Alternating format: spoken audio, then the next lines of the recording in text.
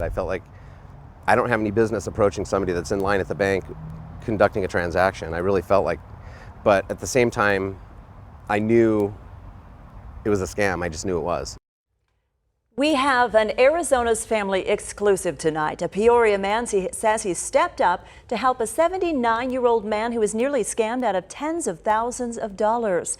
This happened at a Chase Bank in Glendale. He said he was standing in line when he overheard a conversation between the elderly man and bank employees, and it reminded him of a scam his dad fell for just months ago, and he said he just had to speak up.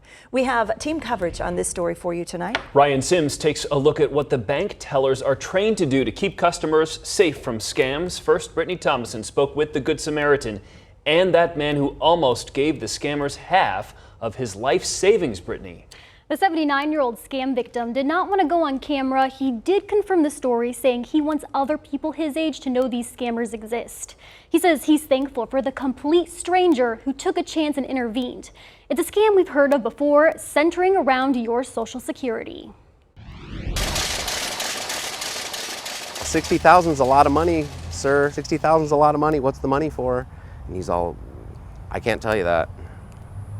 And I knew right away. I knew right away it was a scam. Eric Radke followed his intuition the moment he overheard that conversation between a 79-year-old man and employees at this Glendale Chase 2 weeks ago. He was stressed out. He was upset. He was parting with $60,000 of his money. Radke says he approached the man who was on the phone with someone. I'm sorry to poke my nose into your business, but I gotta ask you, who's on the other end of your phone telling him you need to send him 60 grand? The 79-year-old tells me it was someone claiming his Social Security was compromised, police were involved, and he needed to send money. Radke says he explained to the man it was a scam. When I walked back up to the window, I said, I think he's being scammed. Cancel the transaction, put his money back in his account. We're done here today. Radke says the man handed him his phone. I said, are you trying to steal my dad's money? Of course, boop, she hung up on me. The 79-year-old tells me and Radke he can't believe he fell for it. And these people are slimy and they're slick and they have all kinds of different things they're going to tell you to scare you and spook you and anything they can do to get your money. If I'd have walked away, this guy's life would have been ruined. Ruined. Chase Bank says it's not able to confirm this incident today. The bank sent me a statement saying our employees are trained to identify and protect customers against suspicious activity or transactions related to their accounts. So pretty scary here. We have an entire newsroom full of people who have been getting these calls. They've been on our work phones as well. So important for people out there to hear this story. Do you know anything about the number where this call was coming from? It was a 623 number, he says, so it looked like it was a local call. Many times they can be coming from anywhere, really. Yeah, out of state, out of country. And that guy in the story, the elderly gentleman, said afterwards he couldn't believe he fell for it. We hear that time and time again from these people we feature in these stories, but people do keep falling for this kind of stuff. So it's important to keep an eye on what your parents are doing, what your grandparents are doing, and your neighbors and perfect strangers too. We live with our in-laws, and I'm not kidding you, the phone rings all day long of people trying to take advantage of them.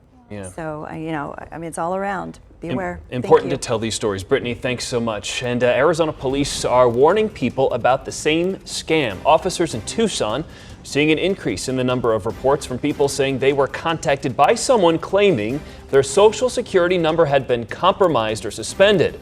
So police, again, reminding all of us, government agencies will never call you to demand money.